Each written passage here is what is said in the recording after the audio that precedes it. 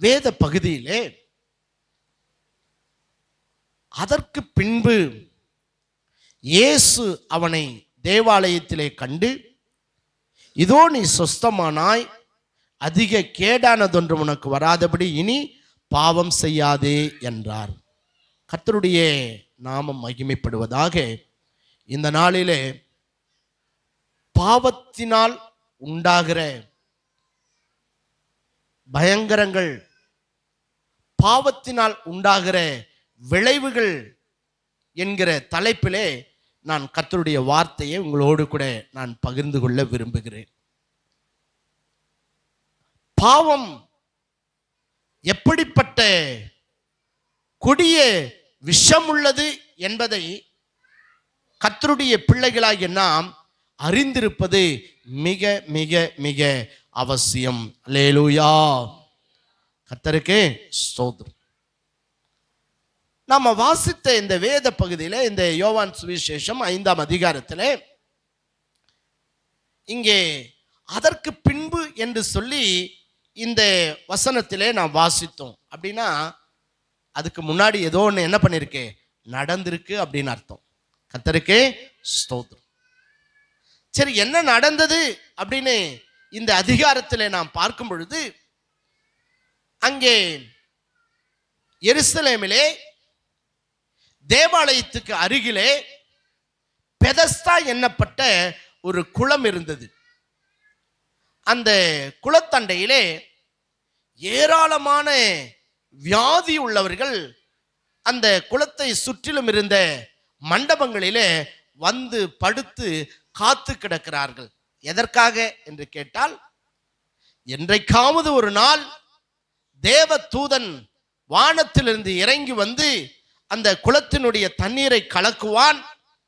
யார் முந்தி அந்த குளத்திலே இறங்குகிறானோ அவன் எப்பேற்பட்ட வியாதியஸ்தனாய் இருந்தாலும் அவன் என்ன செய்வானா, சுகமடைந்து விடுவான். கர்த்தருக்கு ஸ்தோத்திரம். இதனால அந்த நாட்கள்ல திரளான ஜனங்கள், அதாவது வியாதி உள்ளவர்கள், கொடிய வியாதியினால் பிடிக்கப்பட்டவர்கள் எங்க இருப்பாங்களா, அந்த பெதஸ்தா குளத்தண்டையில இருக்கிற அந்த 5 மண்டபங்களில படுத்திருப்பார்கள். ஏன்னா எப்போ தேவதூதன் வருவான், எப்பொழுது தண்ணீர் கலங்கும், அப்போ நான் முதல்ல போய் இறங்கி என் வியாதியிலிருந்து நீங்கி நான் சுகமடைய வேண்டும் என்று சொல்லி அந்த குளத்தண்டையிலே சப்பானிகளும் குருடர்களும் பலவிதமான வியாதியஸ்தர்களும் அங்கே படுத்து கிடக்கிறார்கள்.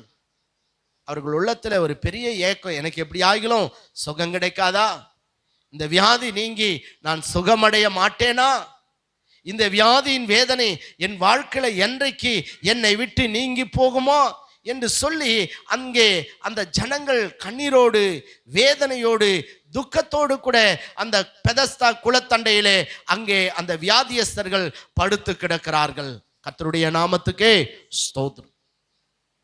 கவனிங்க, அந்த சமயத்திலே ஒரு நாள் நம் ஆண்டவராகிய இயேசு கிறிஸ்து அந்த எருசலேமுக்கு ஆண்டவர் வருகிறார். அவர் வந்தது மாத்திரல்ல, அந்த பெதஸ்தா குளத்தண்டையிலே ஆண்டவர் செல்லுகிறார். அப்பொழுது அங்கே 38 வருஷமாய் வியாதி கொண்ட பரிதாபமான ஒரு நிலைமையில ஒரு மனிதன் இருக்கின்றான். அவனை இயேசு காண்கிறார். அல்லேலூயா. ஆண்டவர் பார்க்கிறாரு. பார்த்துட்டு அவர் பார்க்காதவர் போய்விடவில்லை. ஆண்டவர் அவனை கண்டார். அதுக்கப்புறம் வசனம் சொல்லுது, அவன் வெகு காலமாய் வியாதியஸ்தன் என்று இயேசு அறிந்து அவனுக்கு அருகிலே ஆண்டவர் சென்று அவனை பார்த்து கேட்கிறார், நீ சொஸ்தமடைய வேண்டுமென்று விரும்புகிறாயா என்று சொல்லி இயேசு அவனை பார்த்து கேட்கிறார். அல்லேலூயா. அவன் என்ன சொல்லியிருப்பான்னு நினைக்கிறீங்க? சொல்லுங்க. ஆண்டவர் கேட்கிறாரு, நீ சுகமடைய விரும்புகிறாயா அப்படின்னு கேட்கிறார். நீங்களா இருந்தா என்ன சொல்லியிருப்பீங்க? என்ன சொல்லியிருப்பீங்க? ஆமா ஆண்டவரே, நான் சுகமடைய விரும்புகிறேன், இல்லையா? ஸோ பத்திரிகையில ஒரு செய்தியை வாசித்தேன், நம்முடைய கிறிஸ்தவ பத்திரிகை. அதில் ஒரு மனிதன் மிகவும் வியாதி கொண்டு அவனுடைய கால்கள் நடக்க முடியாத ஒரு ஊனமுற்ற நிலைமை. அப்போ ஒரு நாள் அந்த வழியா பாஸ்டர் போனப்போ அவனை பார்த்துட்டு அவன இடத்துல சென்று போதகர் அவனுக்காக ஊக்கத்தோடு ஜெபித்தார். அதுக்கப்புறம் சபை மக்களும் அந்த மகனுக்காக ஊக்கத்தோடு கூட ஜெபித்தார்கள். அப்போ நடக்க முடியாத அவன் சில நாட்களில் குணமடைந்து இப்போ நடக்க ஆரம்பித்தானான். கர்த்தருக்கு ஸ்தோத்திரம். அதுக்கப்புறம் பாஸ்டருக்கு ரொம்ப சந்தோஷம். ஆண்டவர் ஜெபத்தை கேட்டார், கர்த்தர் சுகம் தந்தார் என்று சொல்லி. அதுக்கப்புறம் சில மாதங்கள் கழித்து மறுபடியும் அவன் வீட்டுக்கு பாஸ்டர் போனால் அவன் வீல் சேர்லேயே இருந்தானான். அப்போ பாஸ்டர் கேட்டார, ஏன்பா உனக்கு தான் ஆண்டவர் சுகம் கொடுத்துட்டாரு, நீ வீல் சேரை போட்டுட்டு நல்லா நடக்க வேண்டியதானே? அவன் சொன்னானா, இல்லைங்கய்யா, நான் நல்லாயிட்டேன் உண்மைதான், ஆனால் நான் ஒருவேளை அப்படி இந்த வீல் சேர் இல்லாமல் போனால் எனக்கு அரசாங்கத்திலிருந்து கிடைக்கக்கூடிய ஊனமுற்றவர்களுக்கான சலுகை எனக்கே கிடையாமல் போய்விடும். ஸோ அதனால் இந்த வீல் சேரை விடுறதுக்கு எனக்கு என்ன இல்லை, மனசே இல்லையா. அதனால இந்த வீல் சேர்லேயே இருந்தாதான் எனக்கு அரசாங்கத்தில் ஊனமுற்றவர்களுக்கான அத்தனை சலுகைகளை எனக்கு கிடைக்கும். அதை நான் அந்த சலுகைகளை இழந்து விட விரும்பவில்லை. ஆகவே நான் இப்படியே வீல் சேர்லேயே இருக்கிறேன்னு சொன்னானா. இவ்வளோ பரிதாபமான நிலைமை பாருங்க. இல்லை, இன்னைக்கு நிறைய பேர் அப்படிதான். ஆண்டவர் சுகம் கொடுக்க விரும்பினாலும் சுகமடையாம அப்படியே இருக்கணும்னு விரும்புகிற மனிதர்கள் கூட உலகத்தில் இருக்கிறார்கள். கர்த்தருக்கு ஸ்தோத்திரம். அதனால இங்க பார்க்கிறோம், ஆண்டவர் அந்த மனிதனிடத்தில் சென்று கேட்கிறார், நீ சுகமடைய விரும்புகிறாயா என்று சொல்லி. அவன் சொல்றான், நான் சுகமடைய விரும்புறேன் அப்படின்னு சொல்லுவதற்கு பதிலாக அவன் சொல்றான், ஆண்டவரே, தண்ணீர் கலக்கப்படும் போது என்னை இந்த குளத்திலே கொண்டு போய் விடுகிறதற்கு ஒருவரும் இல்லை. நான் போறதுக்குள்ள முன்னாடி வேற ஒருத்தன் என்ன பண்ணிறான், போய் இறங்கி விடுகிறான். என்னை குளத்துல கொண்டு போய் விடுறதுக்கு ஆள் இல்லையா என்று சொல்லி அவனுடைய பரிதாபமான அந்த நிலைமையை அவன் சொல்லுகிறான். கர்த்தருக்கு ஸ்தோத்திரம். ஆண்டவர் நீ சுகமடைய விரும்புகிறாயான்னு கேட்கிறாரு. ஆனா அவன் சொல்றான், தன்னுடைய பழைய காலத்து சம்பவங்களை பாருங்க, தன்னுடைய பழைய புராணத்தை சொல்றான், என்னை கொண்டு போய் விடுறதுக்கு யாருமே இல்லை ஆண்டவரே அப்படின்னு சொல்லி. கர்த்தருக்கு ஸ்தோத்திரம். அப்படி உதவியற்ற ஒரு நிலைமை, அவனுக்கு உதவி யாருமே இல்லை, பரிதாபமான ஒரு நிலைமை, புறக்கணிக்கப்பட்ட ஒரு நிலைமை. அப்போ ஆண்டவர் அவனை பார்த்து சொல்றாரு, நீ எழுந்து உன் படுக்கையை எடுத்துக்கொண்டே நட. இவன் உடனே ஆண்டவருடைய அந்த வார்த்தை கேட்ட உடனே இவன் முயற்சி செய்கிறான். தேவனுடைய வல்லமை அவனுக்குள் இறங்கி வருகிறது. அவனுடைய செயல்படாத அவனுடைய கரங்களும் கால்களும் நன்றாய் செயல்பட ஆரம்பித்து விட்டது. அல்லேலூயா. 38 வருஷமா வியாதியினால் பிடிக்கப்பட்டு நடக்க முடியாத சப்பானியாய் இருந்த அந்த மனிதனை இயேசு தேடி வந்து ஒரே ஒரு நிமிடத்திலே, ஒரே ஒரு வினாடியிலே இயேசு அவனை சுகமாக்கினார். அல்லேலூயா. கர்த்தருக்கு ஸ்தோத்திரம். நீங்களும் நானும் ஆராதிக்கிற நம் ஆண்டவராகிய கர்த்தர் ஸ்தோத்திரம், அவர் சர்வ வல்லமையுள்ளவர். அல்லேலூயா. ஒருவேளை 38 வருஷமா அவன் வியாதினால பிடிக்கப்பட்டிருக்கலாம். ஒருவேளை எத்தனையோ ஆண்டுகளாய் வியாதி, பலவீனம், கடன், வறுமை, தரித்திரம், எத்தனையோ போராட்டங்கள், பிரச்சனைகள், இப்படி உங்க வாழ்க்கையிலும் கூட ஒருவேளை நீங்கள் அப்படிப்பட்ட அந்த மனிதனை போல ஒரு பரிதாபமான நிலைமையிலே, கட்டப்பட்ட நிலைமையிலே, யாரும் உதவி செய்ய முடியாத ஒரு சூழ்நிலையிலே, உதவி செய்ய யாருமற்ற ஒரு திக்கற்ற நிலைமையிலே நீங்கள் காணப்படலாம். ஆனால் நீங்களும் நானும் ஆராதிக்கிற சர்வ வல்லமையுள்ள தேவன் நமக்கு உதவி செய்ய அவர் வல்லவராய் காணப்படுகிறார். அல்லேலூயா. யோசித்து பாருங்க, 38 வருஷம் டாக்டரால் அவனை குணமாக்க முடியல, எந்த மருத்துவத்தாலும் எந்த மருந்தினாலும் அவனை குணமாக்க முடியல. ஆனால் ஆண்டவர் ஒரே ஒரு வினாடியில தம்முடைய வார்த்தையினாலே கர்த்தர் அவனை குணமாக்கினார். கர்த்தருக்கு ஸ்தோத்திரம். இப்போ இவன் அற்புதமான சுகத்தை அவன் பெற்றுக்கொண்டான். பாருங்க, அடுத்தது அவன் சுகம் பெற்றுட்டு அப்படியே போயில்ல, அடுத்தது எங்க போனானா, தேவாலயத்துக்கு சென்றான். கர்த்தருடைய நாமத்துக்கு ஸ்தோத்திரம். நம்ம மாதிரி நன்றி கெட்டவன் இல்லை போல இருக்கவன், ரொம்ப நன்றி உள்ளவன் இல்லை. அதனால சுகம் கொடுத்த ஆண்டவரை மறக்காம எதை தேடி போயிட்டான், ஆலயத்தை தேடி போயிட்டான். கர்த்தருக்கே ஸ்தோத்திரம். இன்னைக்கு நிறைய பேர் ஆண்டவர் சுகம் கொடுத்த அப்புறம், ஆண்டவர் ஆசீர்வதிச்சுக்கு அப்புறம், ஆண்டவர் நம்முடைய திருமண காரியங்களை நடத்தின பிற்பாடு, கர்த்தர் குழந்தை பேற்ற கொடுத்த பிற்பாடு, கர்த்தர் நல்ல வேலையை கொடுத்த பிற்பாடு, நாம் வேண்டிக் கொண்ட நன்மைகளை கர்த்தர் கொடுத்த அப்புறம் நம்ம சொல்லுவோம், பாஸ்டருக்கு ஒரு டாட்டா, ஆண்டவருக்கு ஒரு டாட்டா, பாய் பாய் அப்படின்னு போகிற நன்றி கெட்ட ஜனங்கள் இந்த உலகத்தில் ஏராளம் உண்டு. நான் உங்களை சொல்ல, நீங்களா ரொம்ப நன்றி உள்ளவங்க. அதனால தான் கர்த்தருடைய ஆலயத்தில் இன்னைக்கு கர்த்தரை ஆராதித்து கொண்டிருக்கிறீங்க. அல்லேலூயா, கர்த்தருடைய பரிசுத்த நாமத்துக்கு ஸ்தோத்திரம். இல்லை ஆனா இந்த மனுஷன் பாருங்க, ஆண்டவர் இவனை நீ தேவாலயத்துக்கு போகலாம் சொல்ல, ஆனா எனக்கு சுகம் தந்தவர் என் ஆண்டவர், என்னை வாழ வைத்தவர் என் ஆண்டவர், நடக்க முடியாதிருந்த என்னை நடக்க செய்தவர் என் ஆண்டவர், ஆகவே நான் அவருக்கு நன்றி உள்ளவனா இருக்க வேண்டும் என்று சொல்லி பாருங்க, அவன் அடுத்தது எங்க போயிட்டான்? தேவனுடைய ஆலயத்தில் போய் கர்த்தரை ஆராதித்து கொண்டிருக்கிறான். கர்த்தருடைய நாமத்துக்கு ஸ்தோத்திரம். இப்போ ஆண்டவர் அவனை அந்த ஆலயத்தில் ஆண்டவர் வருகிறார். ஆண்டவர் அவனை பார்க்குறாரு. பார்த்துட்டு ரொம்ப சந்தோஷப்பட்டு ஆண்டவர் சொல்கிறாரு, ஹலோ. அவன் சொன்னான், ஆண்டவரே நீங்கள் தானே என்ன குணமாக்கினீங்க வந்து கேட்டிருப்பான். ஆண்டவர் சொன்னார், ஆமாப்பா. சந்தோஷப்பட்டு ஆண்டவர் சொல்கிறாரு, நீ சொஸ்தமானாய், ஆனால் அதிக கேடானதொன்றும் இனி உனக்கு வராதபடிக்கு நீ என்ன பண்ணாத? பாவம் செய்யாதே. அல்லேலூயா. இன்னைக்கு செய்தியினுடைய தலைப்பு அதுதான், பாவம் செய்யாதே. ஒருவேளை இந்த சம்பவங்கள் ஒரு பெரிய செய்தி, நமக்கு நேரம் இல்லை, அதனால அந்த இனி பாவம் செய்யாதே என்கிற வார்த்தையை மாத்திரம் நான் உங்களோடு கூட பிரசங்கிக்க விரும்புகிறேன். நாமும் நன்றியுள்ளவர்களாய் காணப்பட வேண்டும். கர்த்தருக்கு எப்போதும் என்னவா இருக்கணும்? நன்றியா இருக்கணும். நான் அடிக்கடி சொல்லுவேன்ல, உங்களை தேவன் ஆசீர்வதிக்கணும்னா நீங்க மனுஷனுக்கு நன்றியா இருக்கணும், தேவனுக்கும் நன்றியா இருக்க வேண்டும். அல்லேலூயா. ஆமா, ஆண்டவர் நம்ம வாழ்க்கையில நமக்கு நன்மை செய்யறதுக்கு எத்தனையோ மனிதர்களை கர்த்தர் நமக்கு ஆதரவாய், கர்த்தர் நமக்கு அனுகூலமாய் கர்த்தர் ஏற்படுத்தி கொடுத்திருப்பார். அதெல்லாம் ஒரு நாளும் அவங்கள நாம மறந்துடவே கூடாது. இல்லை, உலகத்தான் சொல்லுவான், என் நன்றி கொன்றார்க்கும் ஓய்விண்டாம் ஓய்வில்லை, செய் நன்றி கொன்ற மகற்கு. இல்லை, நன்றி மறப்பது நன்றென்று, நன்றல்லது அன்றே மறப்பது நன்றுன்னு நம்ம தெய்வ புலவர் திருவள்ளுவர் சொல்லியிருக்கிறத நம்ம பார்க்குறோம். ஸோ அதனால் உலகத்து மனிதனுக்கே அது தெரியுது.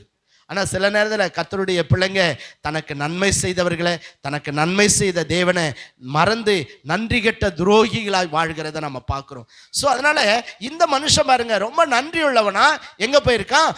தேவனுடைய ஆலயத்தில் போய் தேவனை தொழுது கொண்டு தேவனுக்கு நன்றி செலுத்தி கொண்டு இருக்கிறான். அப்போ ஆண்டவர் அடுத்த அவனை மேலான நிலைமைக்கு ஆண்டவர் கொண்டு போக விரும்புகிறார். எப்பவுமே கர்த்தர் நம்மை அதாவது சுகம் தர்றது மட்டும் இல்லை, ஒருவேளை நாம் வேண்டிக் கொண்ட நன்மைகளை கொடுக்கறது மாத்திரம் இல்லை, நாம் விரும்பினவைகளை கொடுக்கறது மாத்திரம் இல்லை, அதிலும் பெரிதான ஆசீர்வாதங்களை கர்த்தரை நாம் தொடர்ந்து நன்றியுள்ளவர்களாய் ஆராதிக்கும் போது தேவன் நமக்கு கொடுத்து கொண்டே இருக்கிறார். அல்லேலூயா. அதனால ஒன்று கேட்டேன், ஏசப்பா கொடுத்துட்டாரு, அவ்வளோதான் போயிடக்கூடாது. கர்த்தருக்கு ரொம்ப நன்றியா இருக்கணும். ஸோ இங்கே இந்த மனிதன் நன்றியுள்ளவனாய் கர்த்தருடைய ஆலயத்தில் வந்து கர்த்தரை தொழுது கொண்டிருக்கிறான். இப்போ ஆண்டவர் அவனை வந்து பார்த்து சொல்றாரு, நீ அதாவது இனி உனக்கு கேடானது ஒன்று வராதபடிக்கு இனிமேல் என்ன பண்ணாத? பாவம் செய்யாதே. கர்த்தருக்கு ஸ்தோத்திரம். அங்க பக்கத்தில் பார்த்து சொல்லுங்க, இனி பாவம் செய்யாதேன்னு சொல்லுங்க பார்க்கலாம்.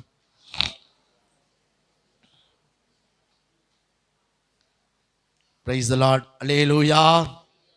என்ன செய்யக்கூடாதா?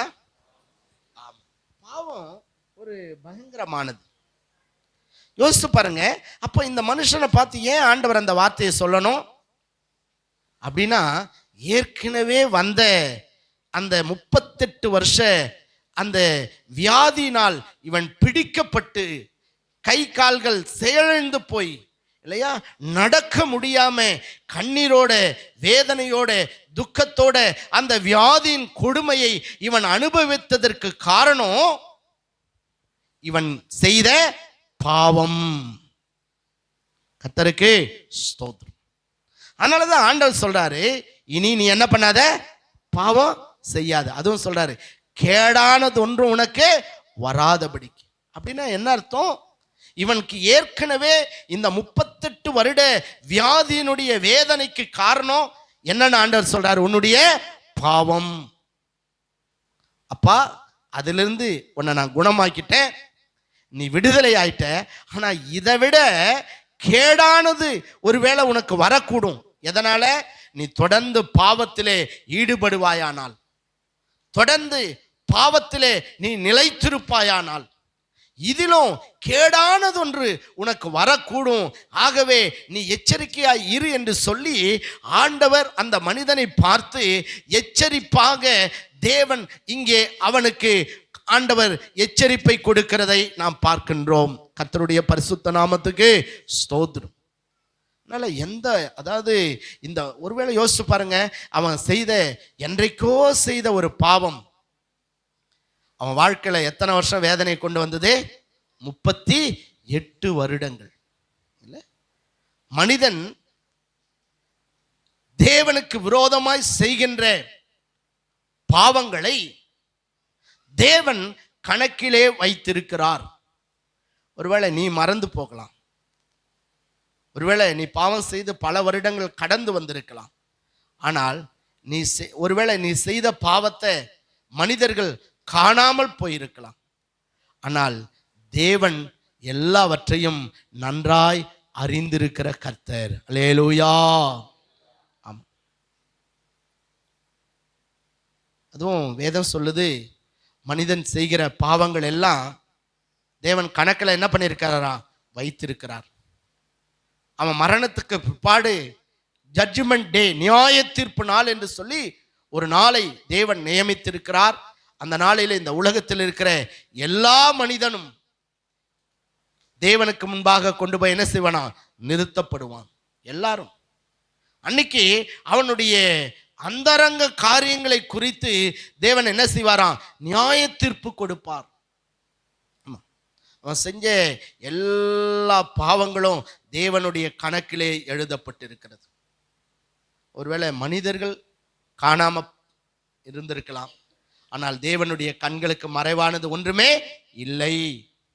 கர்த்தருடைய பரிசுத்த நாமத்துக்கு ஸ்தோத்திரம். ஆகவேதான் கர்த்தருடைய பிள்ளைகளாகிய நாம் மிகவும் ஜாக்கிரதையுள்ளவர்களாய் நம்முடைய ஆவிக்குரிய வாழ்க்கையிலே நாம் ஜீவிக்க வேண்டும். இன்னைக்கு கிறிஸ்தவம் எப்படி போயிடுச்சுன்னா, அவன் பாவம் செய்யறான், அதனால நான் செய்யறேன். என்ன கிறிஸ்தவங்களாம் சரியா இருக்காங்களா? கிறிஸ்தவங்களை தான் அப்படி பண்ற பாவங்களை செய்யறாங்க, அதனால நாங்களும் செய்யறோம் அப்படின்னு சொல்லி இன்னைக்கு கிறிஸ்தவம் தன்னுடைய பரிசுத்தத்தை இழந்து இன்னைக்கு பாவத்திலே சிலர் போய்கொண்டிருக்கிற அவல நிலைமை நம்ம பார்க்கின்றோம் பாருங்க. ஆனா ஆண்டவருடைய வார்த்தை இங்கே அழகாய் சொல்லுகிறது, இனி என்ன பண்ணாதே? பாவம் செய்யாதே. அல்லேலூயா அப்படின்னு மட்டும் சொல்ல, அன்று சில உனக்கு கேடானதொன்றும் வராதபடிக்கு என்ன பண்ணாத? பாவம் செய்யாத. அப்ப பாவம் மனிதனுடைய வாழ்க்கையில எதை கொண்டு வரும்? கேடானதை கொண்டு வரும், வியாதியை கொண்டு வரும், பலவீனத்தை கொண்டு வரும், வறுமையை கொண்டு வரும், தரித்திரத்தை கொண்டு வரும், சாபத்தை கொண்டு வரும், சொல்லிட்டே போலாம். அநேகருடைய வாழ்க்கையில கண்ணீருக்கு, வேதனைக்கு, துக்கத்துக்கு, ஒருவேளை தோல்விக்கு, அவர்கள் வாழ்க்கை ஆசீர்வாதங்களை இழந்து போனதற்கு காரணம் அவர்களுடைய பாவங்களாய் கூட காணப்படலாம். அல்லேலூயா. அதுக்காக பாவம் மட்டும்தான் காரணம் என்பதல்ல, ஒருவேளை பாவத்தினால மட்டும்தான் வியாதி வரும் என்பதல்ல. வியாதி மனிதனுக்கு பல விதங்களிலே வருகிறது. ஆனா வியாதி வருகிற விதங்களிலே ஒன்று, பாவத்தினாலையும் மனிதனுக்கு வியாதிகள் வரக்கூடும். ஒருவேளை பலவீனத்தினால வியாதி வரும், சில நேரத்தில் பிசாசு வியாதியை கொண்டு வருவான் இல்லையா? ஸோ இப்படி வியாதி வருவதற்கான பல காரணங்கள் உண்டு. உன் உடம்ப நீ ஒழுங்கா கேர் எடுத்து பார்த்துக்கலனால என்ன வரும்? வியாதி வரும். அதுவும் இப்போ இருக்கிற வாலிப தம்பிங்க தங்கச்சிங்களாம் ரொம்ப கிரேட், ரொம்ப உடம்ப கேர் எடுத்து பார்த்துக்குவாங்க பாருங்க. ஸ்டைல் ஆயிடுச்சு. இப்போ ஃபுட்டெல்லாம் கூட என்ன ஆயிடுச்சு? ஸ்டைல் ஃபுட் ஆயிடுச்சு இல்லை? சாப்பிட்றதில் கூட ஸ்டைல் இல்லையா? ஸோ அப்படி மாறி போயிடுச்சு. அதனால சில நேரங்களில் நீங்களே உங்களுக்கு என்ன பண்ணுறீங்க? பலவீனங்களை வரவழைத்து கொள்ளுகிறீர்கள். ஆமாம், அதனால் நல்லா சாப்பிடணும், நல்லா ஜெபிக்கணும், நல்லா வேதத்தை வாசிக்கணும். அல்லேலூயா. தவறாமல் ஆலயத்தில் வந்து கர்த்தரை ஆராதிக்கணும். கர்த்தருக்கு ஸ்தோத்திரம். அதனால் நான் நல்லா சாப்பிட்டு வீட்டில் தூங்குறேன் பாஸ்டர், என் சரீரத்தில் நல்ல சுகம் இருக்குன்னா ஆள் வளர்ந்துருவேன். ஆனால் என்ன வளராது? ஆசீர்வாதம் வளராது. ஸோ அப்போ கவனிங்க, அப்போ இங்கே பார்க்குறோம், அதாவது பலவீனத்தினால மட்டுமல்ல, மனிதனுடைய பாவங்கள் அவனுடைய சரீரத்தில் கொடிய வியாதி என்ன பண்ணுமா கொண்டு வரும். யோசித்து பாருங்க, இவன் என்றைக்கோ ஒரு நாள் செய்த பாவம் 38 வருடம் அவன் வாழ்க்கையிலே மிக வேதனையை கொடுத்து அவனை பரிதாபமான நிலைமைக்குள்ளாக அவனை தள்ளிவிட்டது. அதனால மனிதன் என்றைக்கோ ஒரு நாள் செய்கின்ற பாவம் அவன் வாழ்நாள் முழுவதும் கூட அவனுக்கு கண்ணீரை, வேதனையை, துக்கத்தை வரவழைக்க கூடும் என்பதை கர்த்தருடைய பிள்ளைகளாகி நாம் அறிந்திருத்தல் வேண்டும். கர்த்தருக்கு ஸ்தோத்திரம். Praise the lord. Hallelujah, hallelujah. அப்போ இங்க நம்ம பார்க்கிறோம், சோ இந்த 38 வருஷம், ஒரு நாள் 2 நாள் அல்ல. பைபிள்ல அவனுக்கு என்ன ஏஜ்னு எழுதப்படலை, அவனுக்கு என்ன வயசு அப்படின்னு நமக்கு தெரியல. ஆனா அவன் வியாதிப்பட்டிருந்த வருஷங்கள் குறிக்கப்பட்டிருக்கு. எத்தனை வருஷமா? 38 வருஷங்கள். அவன் பாவத்தினாலே அவனுடைய சரீரத்தின் பாருங்க உறுப்புகள் செயலிழந்து போய்விட்டது. சில நேரத்தில் மனுஷன் ஆண்டவருக்கு பயப்படாம துணிகரமாய் பாவம் செய்ய தன்னை அர்ப்பணிக்கும் போது ஆண்டவர் பார்ப்பாரு. ஸோ இவன் திருந்தனா ஒரே வழி, இவன் பாவம் செய்ய பயன்படுத்துகிற அவயவங்கள் செயலிழந்து போக வேண்டும் என்று சொல்லி. ஏன்னா ஆண்டவர் எப்பவுமே சோதரம் நம்ம ஆத்துமாவை அவர் மிகவும் அதிகமாய் நேசிக்கிறார். எதை சொல்றது? பாவம் செய்கிற ஆத்துமா என்ன செய்யுமா? சாகும். அப்போ ஆண்டவரே பாவம் செய்கிற மனிதன், அந்த பாவத்தின் சம்பளம் அவனுக்கு என்னது? மரணம். ஒருவேளை அந்த பாவத்தினாலே அவனுடைய ஆத்துமா நரகத்துக்கு போய்விடக் கூடாது, அவனுடைய ஆத்துமா பாதாளத்துக்கு போய்விடக் கூடாது என்பதற்காக தேவன் சில நேரங்களிலே நீ குணப்படும்படி வியாதிகளை, பலவீனங்களை உன்னுடைய சரீரத்திலே கர்த்தர் அனுமதிக்க கூடும். ஆண்டவர் எச்சரித்து பார்ப்பார். ஆண்டவர் வேத வசனங்கள் மூலம் உன்னோட பேசி பார்ப்பார். ஒருவேளை சொப்பனங்கள், தரிசனங்கள் மூலம் கர்த்தர் உன்னோட பேசி பார்ப்பார். ஒருவேளை அதெல்லாம் நீ கேட்காம துணிகரமாய் பாவத்திலே தொடர்ந்து ஈடுபடும் போது அந்த பாவம் செய்ய நீ பயன்படுத்துகின்ற அவயவங்கள் அது பலவீனப்பட்டு செயலிழந்து போகக்கூடும். கர்த்தருக்கு ஸ்தோத்திரம். ஏன்னா எபிரேயர்ல வாசிக்கும் போது சொல்றாரு 13ஆம் அதிகாரத்துல, தேவன் யாரை நேசிக்கிறாரோ அவர்களை கர்த்தர் என்ன பண்ணுவாராம்? சிட்சிப்பார். ஏன்னா ஒருவேளை அந்த வியாதி, அந்த பலவீனம் உன் சரீரத்துல வராமல் போய்விட்டால் உன் ஆத்மா எங்க போயிடும்? நரகத்துக்கு போயிடும்ல. அதனால உன்னை உண்டாக்கின ஆண்டவர் உன்னை நரகத்துல தள்ளுவதை பார்க்கலாம். உன் அவயவங்கள்ல ஒருவேளை பாவத்தினால வியாதியை தேவன் அனுமதித்து இனி நீ பாவம் செய்யாதபடிக்கு உனக்கு அதன் மூலமாய் எச்சரிப்பை தேவன் கொடுத்து உன் ஆத்துமாவை அவர் குணமாக்கி பாதாளத்துக்கு போக வேண்டிய உன்னை பரலோகத்துக்கு கொண்டு போவதற்காக சில நேரங்களில் சில விபத்துகளை, சில மரணங்களை, சில ஆபத்துக்களை, சில நஷ்டங்களை, சில தோல்விகளை, சில பலவீனங்களை தேவன் உன் வாழ்க்கையில அனுமதிக்க கூடும். கர்த்தருடைய பரிசுத்த நாமத்துக்கு ஸ்தோத்திரம். அதனால கேர்லெஸ்ஸா இருக்கக்கூடாது. சில நேரத்தில் தீராத வியாதி, தீராத பிரச்சனை, தீராத போராட்டம், சத்துருக்களால நெருக்கம், சமாதானமற்ற சூழ்நிலை, குடும்பம் பிரிந்து போகிற ஒரு நிலை, ஒருவேளை தோல்வியின் மேல தோல்வி, நஷ்டத்தின் மேல நஷ்டம். உன்னை நீ ஆராய்ந்து பார்க்க வேண்டும். ஒருவேளை உன் பாவங்கள் அதற்கு காரணமாய் கூட இருக்கக்கூடும். கர்த்தருக்கு ஸ்தோத்திரம். ஒருவேளை அப்படிப்பட்ட சூழ்நிலையிலே நீ ஜெபம் பண்ணினாலும் அந்த ஜெபத்தை தேவன் என்ன பண்ணாராம்? கேளார். அந்த ஜெபத்துக்கு ஆண்டவர் என்ன பண்ண மாட்டாராம்? பாவத்தோடு நீ ஏறெடுக்கிற ஜெபத்துக்கு தேவன் செவி கொடுக்க மாட்டார்.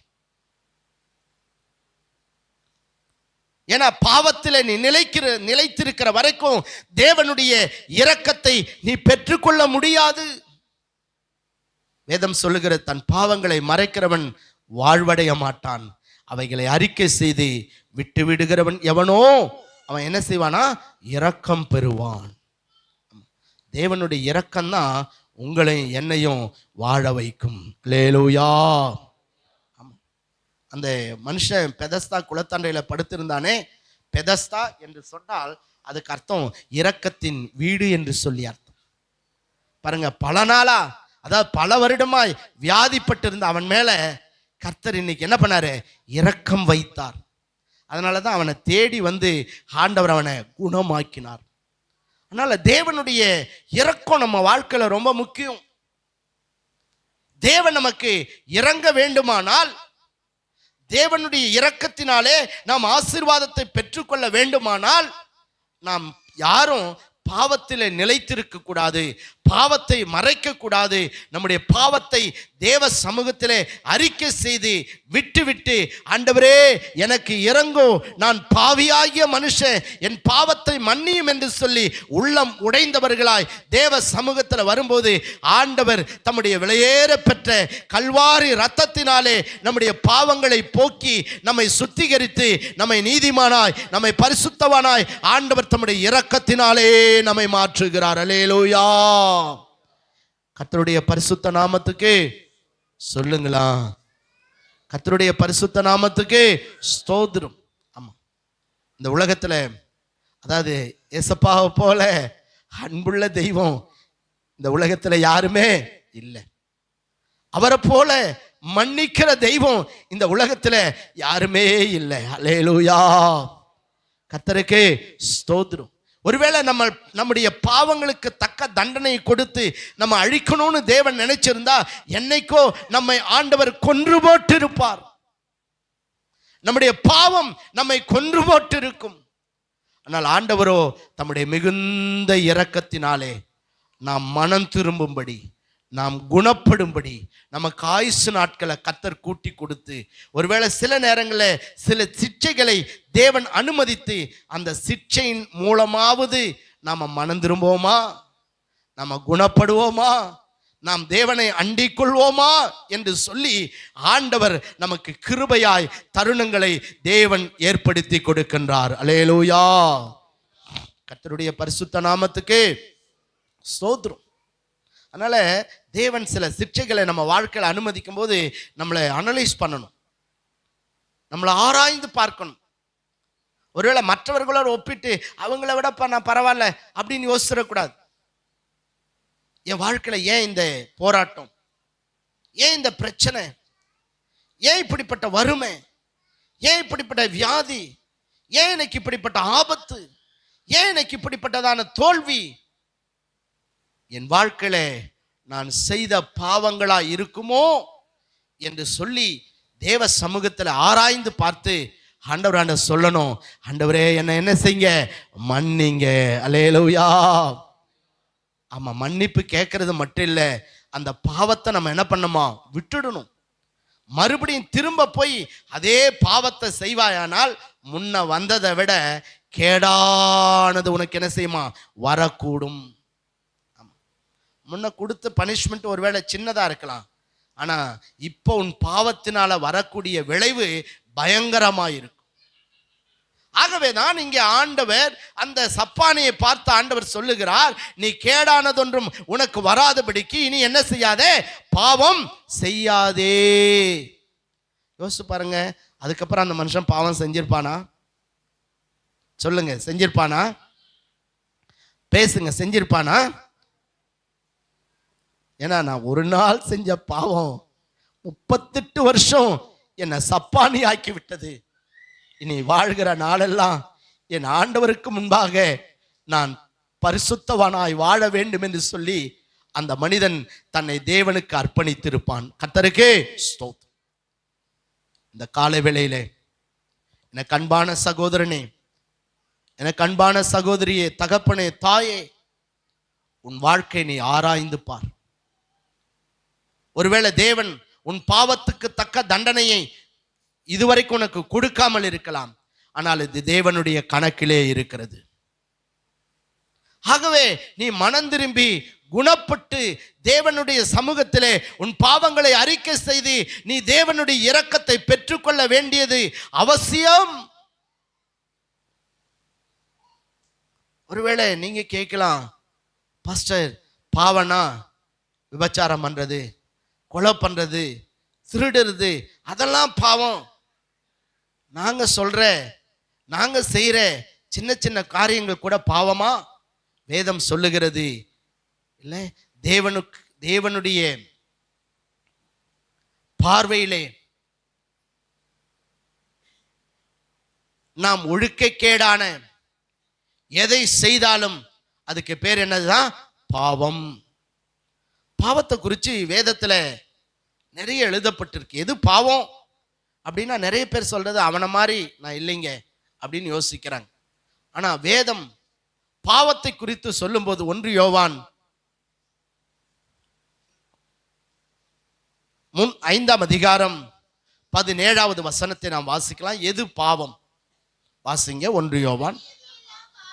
அநீதியெல்லாம் பாவம்தான். எது பாவமா? ஆமா, நீதிக்கு ஆப்போசிட் வேர்டு என்னது? அநீதி. அப்போ அநீதி எல்லாம் என்னதான் இருக்கான்? பாவமாய் காணப்படுகிறது. அப்ப கர்த்தருடைய பிள்ளைகளாகிய நாம நீதி செய்கிறவளாய் இருக்க வேண்டும். நீதியை நாம் விரும்ப வேண்டும். ஆமா, ஒருவேளை அநீதியான வழிகளில் ஒருவேளை சம்பாத்தியமோ, அநீதியான வழிகளில் ஒருவேளை ஆஸ்தியையோ, ஒருவேளை அநீதியான வழிகளிலே நாம உயருவதற்கோ நினைப்போமானால் ஒருவேளை அப்பா உயர்ற மாதிரி இருக்கும், அப்புறம் அது எல்லாம் அப்படியே போயிடும். ஒருவேளை இந்த உலகத்துல கஷ்டப்பட்டு சம்பாரிச்சு முன்னேறது கொஞ்சம் கஷ்டம். ஆனா ரொம்ப ஈஸியா முன்னேறதுக்கு தவறான நிறைய வழிகள் உலகத்துல இருக்கு. ஸோ அந்த வழியா போறவன் கொஞ்ச நாளுக்குள்ள பெரிய ஆளாயிடுவான். ஆனா அதுக்கப்புறம் மறுபடியும் எங்க வந்துடுவான்? போன இடத்தை விட மோசமான இடத்துக்கு மறுபடியும் அவன் தள்ளப்படக்கூடும். ஒரு முறை ஒரு சர்ச்சில் ஃபாதரியார் பிரசங்கம் பண்ணார். இந்த காலத்தில் ஈஸியா பணக்காரன் ஆவறதுக்கு ஒரு வழி என்னன்னா சாராயம் காய்ச்சறதுன்னு சொன்னாராம். யோசிச்சு பாருங்க. நம்ம எல்லாம் கள்ளக்குறிச்சி சம்பவம்லாம் நமக்கு தெரியும். ஏறக்குறைய 63 பேருக்கு மேலே இப்போ குடியினால் என்ன பண்ணியிருக்காங்க? மரித்து போயிருக்கிறார்கள். அதை நினைக்கும் போது நமக்கு ரொம்ப துக்கமாக இருக்கு. அந்த குடும்பத்தை இழந்து, அதாவது அப்படிப்பட்ட நபர்களை இழந்திருக்கிற குடும்பத்தாருக்கு கர்த்தர் ஆறுதலை கொடுப்பாராக. கர்த்தருக்கு ஸ்தோத்திரம். கவனிங்க, அப்போ அநீதியெல்லாம் பாவம். தேவன் எப்பவுமே ஆண்டவருடைய பிள்ளைங்க நம்ம சர்ச்சுக்கு வந்தா போதும் அப்படின்னு விரும்புகிறவர் அல்ல. நம்முடைய வாழ்க்கையினுடைய எல்லா செயல்பாடுகளும் தேவனுக்கு உகந்தவைகளாய் காணப்பட வேண்டும் என்று தேவன் விரும்புவார். அல்லேலூயா. ஆமா, நீ செய்யற வேலையில என்ன இருக்கணும்? நீதியா செயல்படணும். அங்க அதிகாரத்தை பயன்படுத்தி, அதிகாரத்தை துஷ்பிரயோகம் பண்ணி, ஒருவேளை பணத்தை பொருளை ஈட்டுவதற்காக ஒருவேளை அநீதியான காரியங்களை செய்வாயானால் அது தேவனுடைய பார்வையில அருவருப்பானது.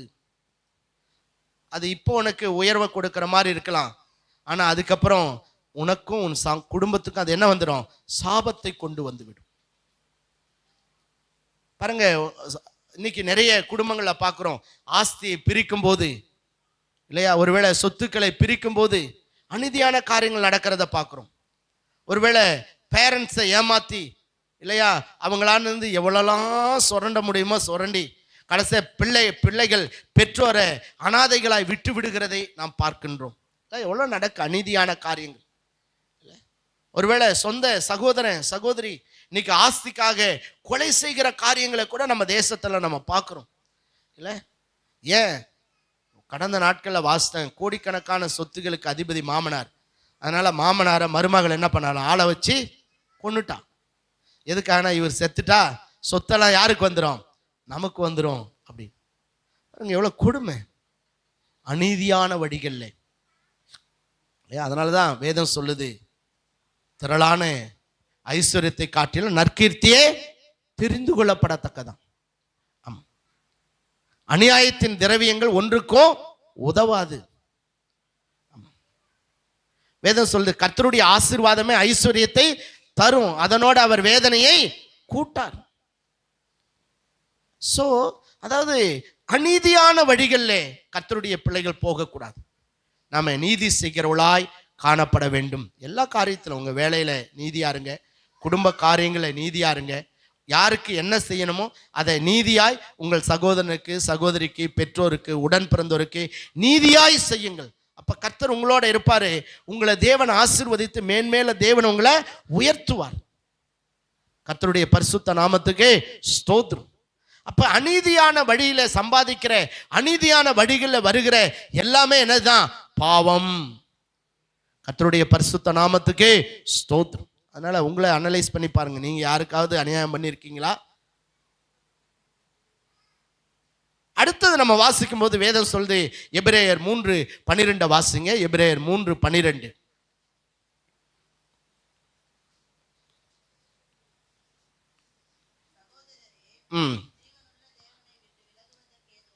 ஜீவனுள்ள தேவனை விட்டு விலகுவதற்கு ஏதுவான அவிசுவாசம் உள்ள பொல்லாத இருதயம் உங்களில் ஒருவனுக்குள்ளும் இராதபடிக்கு நீங்கள் எப்படி இருங்க? எச்சரிக்கையாயிருங்கள். கர்த்தருக்கு ஸ்தோத்திரம். அநீதியெல்லாம் பாவம். ரெண்டாவது சொல்றாரு, அவிசுவாசம் எல்லாம் என்னதான்? பாவம். விசுவாசத்தினால வராத யாவும் என்னதான்? பாவம். எல்லாரும் ஒரு அல்லேலூயா சொல்லுங்க. அல்லேலூயா. ஆமா, நமக்கு எந்த நன்மை ஆனாலும் எங்கிருந்து தான் வரணும்? கர்த்தரிடத்துல இருந்து தான் வரணும். அல்லேலூயா. நீங்கள நானும் ஆராதிக்கிற கர்த்தர் சாதாரணமானவர் அல்ல. அவர் அண்ட சராசரங்களை படைத்த சர்வ வல்லமையுள்ள தேவன். அல்லேலூயா. அவரால் எல்லாமே கூடும். ஆமா, அவர் தரித்திரனை, அதான் வேதம் சொல்லுது, தரித்திரம் அடைய செய்கிறவரும் ஐஸ்வர்யம் அடைய பண்ணுகிறவரும் அவர், தாழ்த்துகிறவரும் உயர்த்துகிறவரும் அவர். இல்லையா? எந்த மனுஷனையும் பிரகாசிக்க பண்ணுகிற மெய்யான ஒளி நம்முடைய ஆண்டவர். எந்த மனுஷனையும் பலப்படுத்தவும் உயர்த்தவும் அவருடைய கரத்தினாலே ஆகும். அல்லேலூயா. இன்னைக்கு நீ ஒண்ணுமே இல்லாத ஜீரோவா இருக்கலாம், ஆனா ஆண்டவர் நாளைக்கு இல்ல இன்னும் சில மாதத்துல சகலத்தையும் உடைய மிகப்பெரிய ஆசீர்வதிக்கப்பட்ட மனிதனாய் உன்னை உயர்த்த தேவனாலே கூடும். அல்லேலூயா. ஆனா கவனிக்கணும், பிள்ளைங்க செய்தியை கவனிக்கணும். அப்ப இங்க பார்க்கிறோம் விசுவாசிகள். அதனாலதான் வேதம் சொல்லுது, விசுவாச மார்க்கத்தார் எவர்களோ அவர்கள் ஆபிரகாமுடனே கூட என்ன பண்ணுவார்களாம்? ஆசீர்வதிக்கப்படுவார்கள். அல்லேலூயா. ஆமா, ஆபிரகாமுடைய விசுவாசம் என்ன அப்படின்னா, வேதம் சொல்லுது சாராளுடைய கர்ப்பம் செத்து போச்சு, ஆனா ஆபிரகாமுக்கு ஒரு விசுவாசம் ஆண்டவர் சொல்லியிருக்காரு. அதனால செத்து போன சாராளுடைய கர்ப்பத்துல ஆண்டவர் என்ன உண்டாக்க போறாரு? ஒரு குழந்தைய தேவன் உண்டாக்க போகிறார் என்று ஆபிரகாம் என்ன பண்ணாராம்? விசுவாசித்தார். அதுவும் பாட்டியுடைய கர்ப்பத்துல குழந்தை பிறக்குமா? கர்த்தர் நினைச்சா பிறக்கும். அல்லேலூயா. கர்த்தர் சொன்னா ஆகும். அல்லேலூயா. இல்ல 90 வயசு சாராள் பாட்டி, ஆனா இப்போ ஆசீர்வாதமான ஈசாக்கு என்ன பண்ணா? பெற்றெடுத்தான். ஆபிரகாம் விசுவாசித்தான். இல்ல, ஆபிரகாம் 100 வயது, ஆனா தன் சரீரம் செத்து போனதையும் சாராளுடைய கர்ப்பம் செத்து போனதையும் ஆபிரகாம் என்ன பண்ணாராம்? எண்ணாது இருந்தார். எப்பவுமே ஆண்டவருடைய பிள்ளைங்க ஒன்ன தெரிஞ்சுக்கணும், நாம் தேவனுடைய பிள்ளைகளா இந்த உலகத்துல வாழுகிற வரைக்கும் நம் தேவனால் நம்ம வாழ்க்கையில செய்ய முடியாத காரியம் என்பது ஒன்றுமே இல்லை. எல்லாரும் ஒரு அல்லேலூயா சொல்லாமா? அதனாலதான் பக்தன் பண்ணார், ஆகும் எல்லாமாகும் உம்மாளேதான் எல்லாமாகும், ஆகும் எல்லாமாகும் உம்மாளேதான் எல்லாமாகும், உம்மாலாகாத காரியம் ஒன்றும் இல்லை, உம்மாலாகாத காரியம் ஒன்றும் இல்லை, உம்மாலாகாத காரியம் ஒன்றும் இல்லை, எல்லாமே உம்மாலாகும். அல்லேலூயா. எல்லாமே உம்மாலாகும், எல்லாமே உம்மாலாகும். அல்லேலூயா. எல்லாமே உம்மாலாகும். அல்லேலூயா. எல்லாம் யாராலாகும்? சொல்லுங்க, எல்லாம் யாராலாகும்? நம் தேவனாலாகும். மனுஷனால் கூடாதவைகள் தேவனாலே கூடும். உனக்கு எப்போதும் அந்த பிசாசு சொல்லுவான், இதெல்லாம் உனக்கு நடக்காது தம்பி, இதெல்லாம் இப்படிலாம் நடக்குமா, உலகத்தில் அந்த மாதிரிலாம் நடக்கிறதுக்கு வாய்ப்பே இல்லை, உங்க வாழ்க்கையில மட்டும் எப்படி நடக்கணுமா, நீ சொல்லணும், டே கர்த்தரால கூடும். அல்லேலூயா. ஆமா, நம்முடைய ஆண்டவர் இயற்கைக்கு மேலான அதிசயத்தை செய்கிறவர், நாம் ஆராதிக்கிற தேவன். அல்லேலூயா. சில நேரத்தில் சில பலவீனம் வந்திருக்கும், சில ஜெபம் பண்ணுவாங்க, ஆண்டவரே நான் இப்படியே வியாதியிலிருந்து செத்து போகிறது உமக்கு சித்தமானால் நான் செத்து போறேன் ஆண்டவரே. நீ அப்படிதான் செத்து போவ. நீ சொல்லணும், என் சரீரத்தில் ஆண்டவரே ஒருவேளை என் பாவத்தினால வியாதி வந்திருக்குமானா தயவா மன்னிங்க, என் பாவத்தை மன்னிச்சு என் வியாதியை குணமாக்குங்க, உங்களால் குணமாக்க கூட ஆண்டவரே நீ ஜெபம் பண்ணிப்பாரு, கர்த்தர் உனக்கு அற்புத சுகத்தை கொடுப்பார். அல்லேலூயா. ஆமாம், இப்போலாம் எவ்வளோ வியாதி இல்லாமல் வாழறது உலகத்தில் பெரிய சொத்துங்க. என்ன கேட்டிங்கன்னா ஆசீர்வாதத்திலேயே பெரிய ஆசீர்வாதம் எதுன்னு கேட்டிங்கன்னா நான் சொல்லுவேன், தேவன் நமக்கு அருளி செய்திருக்கிற சுகம். அல்லேலூயா. ஆமாம், இன்னைக்கு நம்ம இந்த இடத்துல விடுதலையோடு ஆண்டவர் ஆராதிக்கிறோம். எத்தனையோ கோடிக்கணக்கான மக்கள் மருத்துவமனைகளிலே இல்லை கிட்னி போய், லங்ஸு போய், ஸோ ஹார்ட் போய், எத்தனையோ கோடி லட்சக்கணக்கான பணங்கள் டாக்டருங்க கேட்குறாங்க. அவங்களால என்ன பண்ண முடியல, அந்த பணத்தை கொடுக்க முடியல. ஏன்னா ஏற்கனவே இருந்ததெல்லாம் விற்று செலவு பண்ணிட்டான், இப்போ விற்கிறதுக்கு ஒன்றும் இல்லை. ஸோ மரணத்தோடு போராடி கொண்டிருக்கிற எத்தனையோ மக்கள். ஆனால் நீங்களும் நானும் தேவனுக்கு நன்றி உள்ளவங்களாக இருக்கணும். ஏன்னா உங்கள் சரீரங்களை என் சரீரத்தில் கர்த்தர் கொடுத்திருக்கிற நல்ல சரீரத்துக்கு, நல்ல சுகத்துக்காக தேவனுக்கு நாம் நன்றி சொல்ல வேண்டும். அல்லேலூயா. அம்மாவா இல்லையா? சிலலாம் சொல்லுவாங்க, என்னங்க பெரிய ஆசீர்வாதத்தை ஆண்டவர் கொடுத்துட்டார் நான் சர்ச்சைக்கு வந்து. இல்லை, கர்த்தர் கொடுப்பார். முதல்ல கொடுத்ததுக்கு தேவனுக்கு என்ன செய்ய, நன்றி உள்ளவனாயிரு. ஆமாம், அதனால இங்க பார்க்குறோம், அதாவது விசுவாசத்தினால வராத யாவை என்னதான் பாவம்.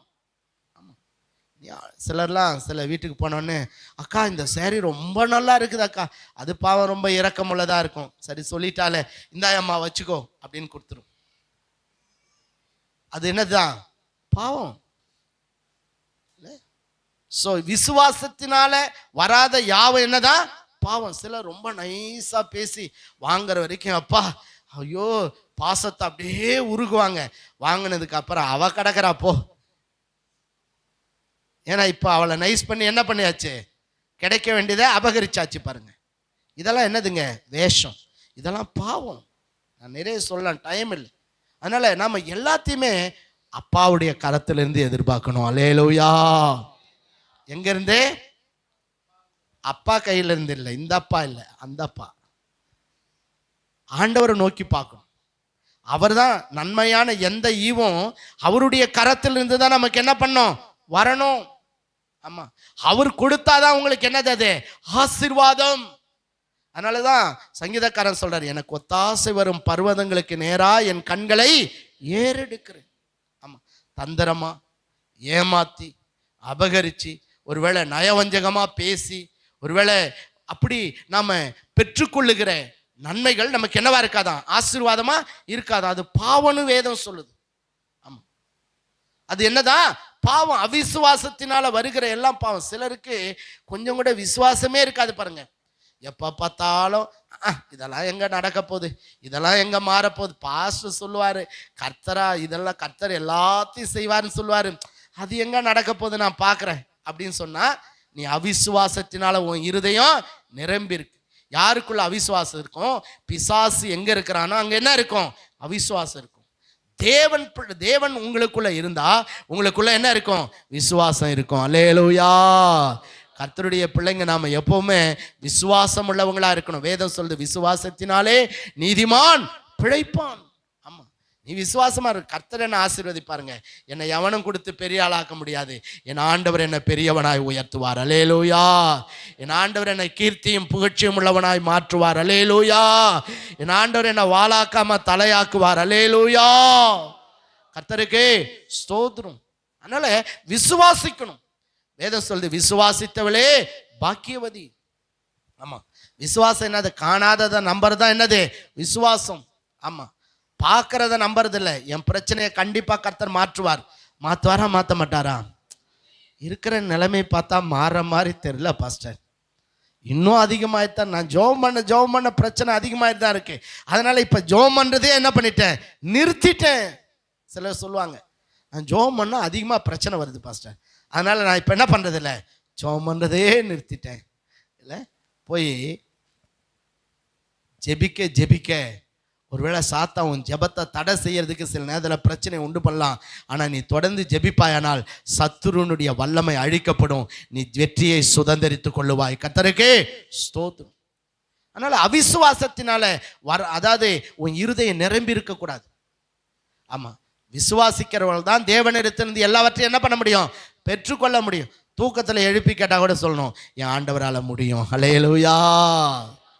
இல்லை, பிசாசு சொல்லுவான், அதெல்லாம் நடக்காது பாப்பா, உனக்கு போய் வேலை கிடைக்க போதா, உனக்கு போய் கல்யாணம் ஆக போதா, உனக்கு போய் மாப்பிள்ளை கிடைக்குமா, உனக்கு போய் குழந்தை பிறக்குமா, உனக்கு போய் வேலை கிடைக்குமா, நீ போய் ஆசீர்வாதமா இருப்பியா, உனக்கு என்ன சோர்ஸ் இருக்கு, யோசிச்சு பாரு, உன் பேக்ரவுண்டு பெருசா ஒண்ணுமே இல்லை, அதனால உனக்கு நடக்காதுமா. நீ சொல்லணும், டே ஒண்ணுமே இல்லை, உண்மைதான், ஆனா சர்வ வல்லமையில என் ஆண்டவர் என்னோடு கூட இருக்கிறார். அல்லேலூயா. அவரால் எல்லாத்தையும் கொடுக்க கூடும். ஆமா, கர்த்தருக்கு ஸ்தோத்திரம். விசுவாசம். அவிசுவாசத்தினால உன் இருதயம் என்ன பண்ணக்கூடாதா, நிரம்பி இருக்கக்கூடாது. யாக்கோபு 4:17 வாசிங்க. யாக்கோபு 4:17.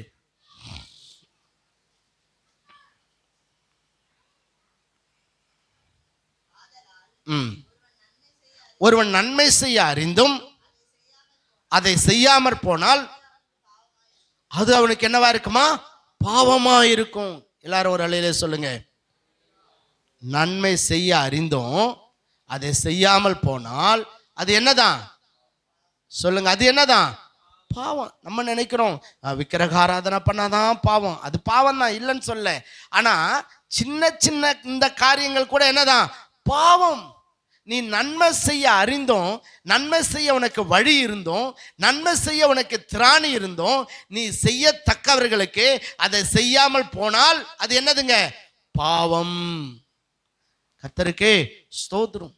இல்லை, இன்னைக்கு எத்தனையோ பேருக்கு ஒருவேளை பாருங்க, நல்ல ஆலோசனை கொடுக்க உன்னால முடியும், ஒருவேளை நல்ல வழிகாட்ட உன்னால முடியும், ஒருவேளை உன்னால மற்றவர்களுக்கு வேலையை வாங்கி கொடுக்க முடியும், ஒருவேளை மற்றவருடைய படிப்புக்கு உன்னால உதவி செய்ய முடியும், ஒருவேளை அவங்கள கைட் பண்ண முடியும், ஒருவேளை ட்ரெஸ் இல்லை அவங்களுக்கு வஸ்திரம் எடுத்து கொடுக்க முன்னால முடியும், ஒருவேளை ஆகாரம் இல்லை அவங்களுக்கு ஆகாரத்தை கொடுக்க உன்னால முடியும். இப்படி எத்தனையோ விதத்துல கர்த்தர் நமக்கு என்ன பண்ணிருப்பார்னா நன்மை செய்ய திராணியை கர்த்தர் கொடுத்திருப்பார்.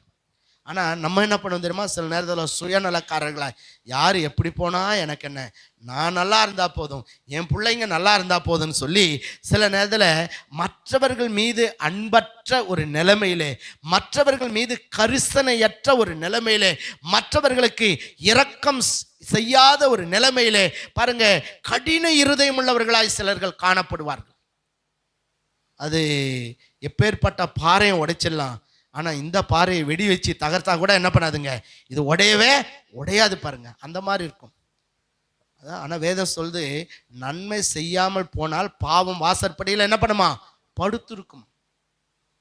உங்களுக்கு எந்த விதத்தில் உங்களால் மற்றவர்களுக்கு நன்மை செய்ய முடியுமோ அந்த விதத்தில் நீங்கள் மற்றவர்களுக்கு நன்மை செய்ய வேண்டும். அல்லேலூயா. ஆமாம், உன் வேலையில் பலருக்கு நீ நன்மை செய்ய முடியும், செய்யணும். ஸோ ஒருவேளை உன்னுடைய லைஃப்ல பலரை நீ நரகத்தின் அக்கினிக்கு தப்புவிக்க ஆண்டவர் உனக்கு கிருபை கொடுத்திருப்பார், நீ ஆண்டவரை பத்தி சொல்லணும். அல்லேலூயா. அதுக்கெல்லாம் வெக்கப்படவே கூடாது. ஆமா, அதனால நன்மை செய்ய திராணி ஆண்டவர் உனக்கு கொடுத்திருப்பார். ஸோ நீ சொல்லணும். ஆண்டவருடைய ஊழியத்தை செய்யறதுக்கு கர்த்தர் உனக்கு கிருபை, நல்லா பாட, நல்லா பிரசங்கிக்க, ஒருவேளை தேவ ஆலோசனையை சொல்ல, ஒருவேளை சபை ஊழியருக்கு உடன் ஊழியனா இருக்க, ஒருவேளை உதவி செய்ய உனக்கு திராணி இருக்கும். நீ செய்யாம போனா அது என்னது, பாவம். அது இன்னைக்கு இருக்கிற காலகட்டத்தில் உதவி செய்யலைனாலும் பரவாயில்ல, உபத்திரம் கொடுக்காம இருந்தா கர்த்தருக்கு ஸ்தோத்திரம். நன்மை செய்ய ஆண்டவர் உனக்கு திராணி கொடுத்திருப்பார், நீ என்ன பண்ணும், செய்யணும். ஏன்னா வேதம் சொல்லுது, நியாய தீர்ப்பு நாள்ல அந்த இரக்கம் மேன்மை பாராட்டும். நீ இரக்கம் செஞ்ச இல்லை, அது ஒன்று என்ன பண்ணுமா, தப்பு இருக்குமா. நீங்கள் மற்றவங்களுக்கு இறங்கணும், நீங்கள் இரக்கம் உள்ளவர்களாக இருக்க வேண்டும். ஆமாம், நீங்கள் இரக்கம் உள்ளவங்களாக இருந்தால் தான் மற்றவங்களுக்கு நன்மை செய்வீங்க. நான் மட்டுமே நல்லா சாப்பிட்டா போதும், நான் மட்டுமே நல்லா உடுத்தினா போதும், நான் மட்டுமே சுகபோகமா வாழ்ந்தா போதும்னு சொல்லி வாழ்ந்தா தேவனுடைய ஆசீர்வாதத்தை இழந்துருவேன். அதனால நன்மை செய்ய உனக்கு எந்த விதத்தில் ஆண்டவர் திராணியை கொடுத்திருக்கிறாரோ அதை மற்றவர்களுக்கு ஆசீர்வாதமாய் நீ பயன்படுத்த ஜாக்கிரதையாய் இருக்க வேண்டும். அல்லேலூயா. நீ நன்மை செய்யல, சுயநலக்காரனா இருக்க அப்படின்னா வேதம் சொல்லுது அது என்னதான்? பாவம். எஸ்தர் அம்மாவுக்கு ஆண்டவர் டாக்டர் வேலை கொடுத்திருக்காரு. எனக்கு பணம் தான் குறிக்கோள் அப்படின்னு இருக்கிறதுக்கு ஆண்டவர் கொடுக்கல. என்னத்துக்கு கொடுத்திருக்காரு? நன்மை செய்ய கொடுத்திருக்காரு. வருகிற பேஷண்ட்லாம் நாயை மிரட்டுற மாதிரி மிரட்டக்கூடாது இல்லை? ஆமாம், நிறைய ஹாஸ்பிட்டலில் நம்ம பார்க்குறோம்ல. அதுவும் இந்த கவர்மெண்ட் டாக்டருங்களாம் என்ன பண்ணுறதில்ல, எல்லாரும் இல்லை, அதுலேயும் நல்லவங்க நிறைய பேர் இருக்காங்க. அங்கே போனால் இந்த ஏழை வியாதி உள்ளவங்களெல்லாம் அவங்க மதிக்கிறதே கிடையாது. ஆனால் எஸ்தர்லாம் அப்படி இருக்க மாட்டாங்க. அவங்க நல்ல டாக்டர், கர்த்தருக்கு சோதரும். அவங்களுக்கும் கர்த்தர் நல்ல அரசாங்க மருத்துவராக வந்து அவங்க அந்த மாதிரி செய்கிறத செய்யாமல் இருக்கிறத அவங்க நிறைய பேருக்கு நன்மை செய்கிறத நம்மளாம் என்ன பண்ணுவோம்? பார்ப்போம். அதனால் நன்மை செய்ய தான் ஆண்டவர் உனக்கு இந்த பொசிஷனை கொடுத்துருப்பார். நன்மை செய்ய தான் உனக்கு இந்த உத்தியோகத்தை கொடுத்திருப்பார். நன்மை செய்ய தான் இந்த படிப்பை கொடுத்திருப்பார். நன்மை செய்ய தான் இந்த ஆஸ்தியை கொடுத்திருப்பார். நன்மை செய்ய தான் உன்னை உயர்த்தி கர்த்தர் வைத்திருப்பார். அந்த இடத்துல நீ மற்றவர்களுக்கு எந்த விதத்தில் நன்மையா இருக்க முடியுமோ, எந்த விதத்தில் மற்றவர்களுக்கு நன்மை செய்ய முடியுமோ அந்த விதத்தில் நீ நன்மை செய்ய வேண்டும். கர்த்தருக்கு ஸ்தோத்திரம். ஆமா, எல்லாத்துக்கும் மேலே ஆண்டவருடைய ஊழியத்துக்கு எந்த விதத்தில் நம்ம நன்மை செய்ய முடியுமோ அந்த விதத்தில் கர்த்தருடைய ஊழியத்துக்கு நம்ம என்ன பண்ணோம்? நன்மை செய்யணும். ஆமாம், ஏதோ ஞாயிற்றுக்கிழமை வரேன், பாயை தேய்க்கிறேன், அதோட போச்சு அப்படின்னு இருக்கக்கூடாது. தேவனுடைய ஊழியத்தில் உன் பங்கு கட்டாயம் இருக்க வேண்டும். ஆமாம், சம்பாதிக்கிறதெல்லாம் நீயே சாப்பிட்டு ஏப்ப விடக்கூடாது. கர்த்தர் கொடுக்கிறதெல்லாம் நமக்கும் நம்முடைய குடும்பத்துக்குமே நம்ம பயன்படுத்தக்கூடாது. தேவனுடைய ஊழியத்துக்கு, தேவனுடைய சுவிசேஷம் சொல்லப்படுவதற்கு, தேவ ராஜ்யம் கட்டப்படுவதற்கு, ஆண்டவர் அறியாத மக்கள் ஆண்டவர் அறிவதற்கு நம்முடைய செல்வம் பயன்பட வேண்டும். கர்த்தருடைய பரிசுத்த நாமத்துக்கு ஸ்தோத்திரம். ஆமா, நன்மை செய்ய அறிந்தோம், செய்யாமல் போனால் அது என்னதான்? பாவம். ஆமா, பைபிள்ல இன்னும் நிறைய இருக்கு பாருங்க. ஸ்தோத்திரம். பிறரை அவமதிப்பது கூட என்னதான்? பாவம். நீதிமொழிகள் 14:21 வாசிங்க. நீதிமொழிகள் 14:21.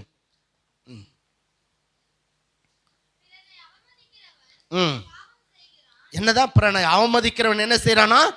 பாவம் செய்கிறான். சில நேரத்தில் பணத்தை வச்சு, இல்லையா, ஜாதியை வச்சு, ஒருவேளை மதத்தை வச்சு, ஒருவேளை பதவியை வச்சு மற்றவங்களை என்ன பண்ணுவாங்க? ரொம்ப அற்பமா எண்ணுவார்கள்.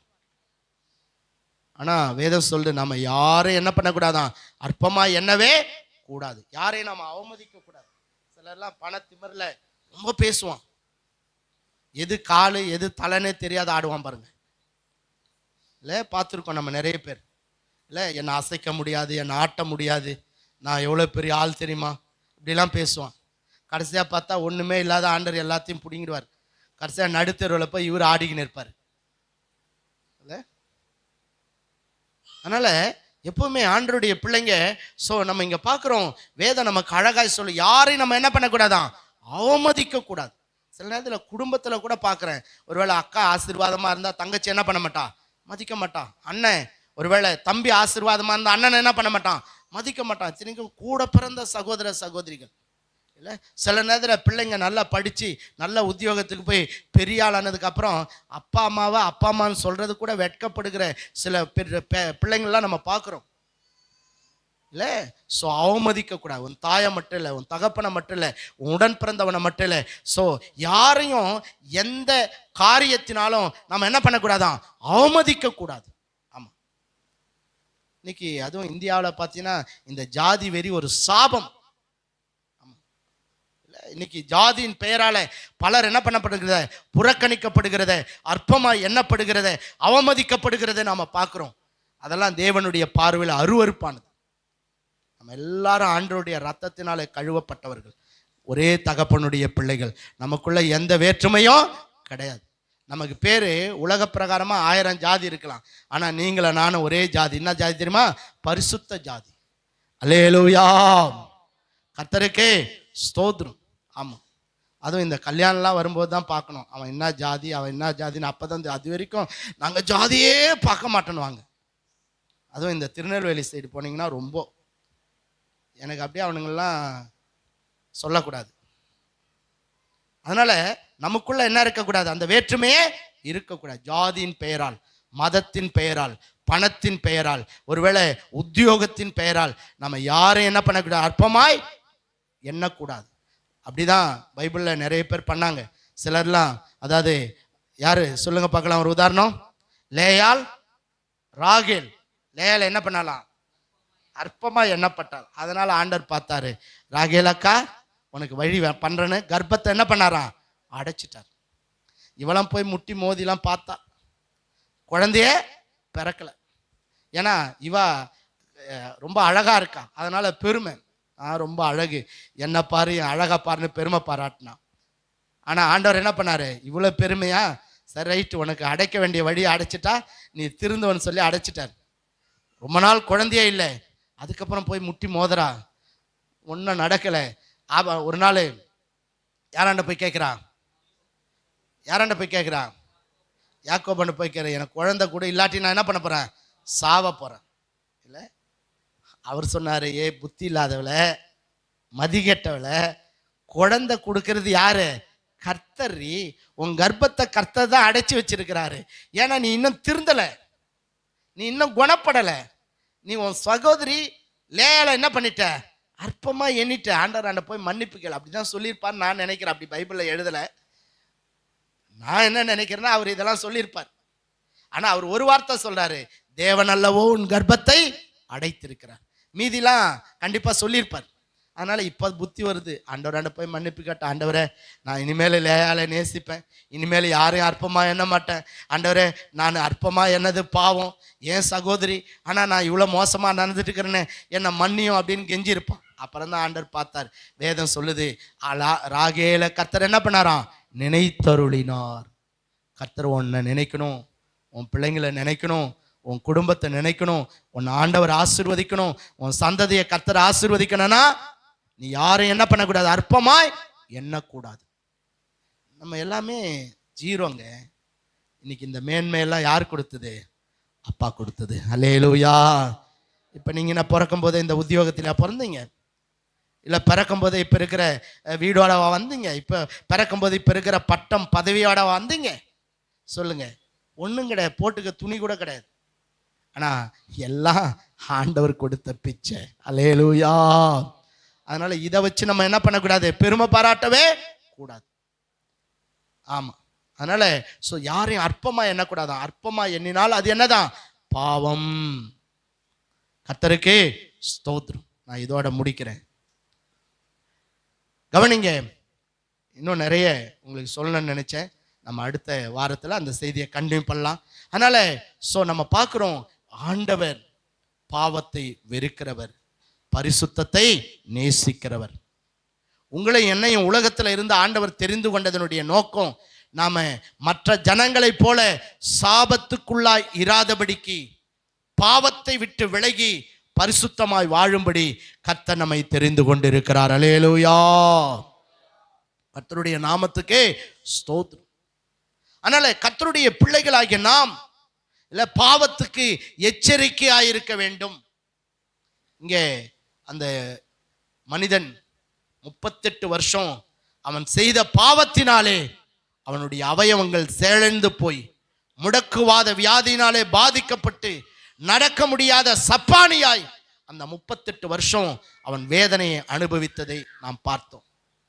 ஆனால் அவன் சுகமடைந்து ஆண்டவரான குணமாக்கி தேவாலயத்தில் வந்தபோது ஆண்டவரான பார்த்து சொன்னார், நீ கேடானதொன்று வராதபடி இனிமேல் என்ன செய்யாத? பாவம் செய்யாதே. அப்ப பாவம் மனிதனுடைய ஒரு நாள் இன்பம் என்று எண்ணி மனிதன் செய்கிற பாவம் அவன் வாழ்நாள் முழுவதும் அவனுக்கு கண்ணீரை, வேதனையை, துக்கத்தை வரவழைக்க கூடும். கர்த்தருக்கு ஸ்தோத்திரம். அப்போ எதெல்லாம் பாவம் அப்படின்னு நம்ம பார்த்தோம். அநீதி எல்லாம் என்னதான்? பாவம். அவிசுவாசம் என்னதான்? பாவம். நன்மை செய்ய அறிந்தோம் செய்யாமல் போனால் அது என்னது? பாவம். ஸ்தோத்திரம். பிறரை அவமதிப்பு என்னது? பாவம்.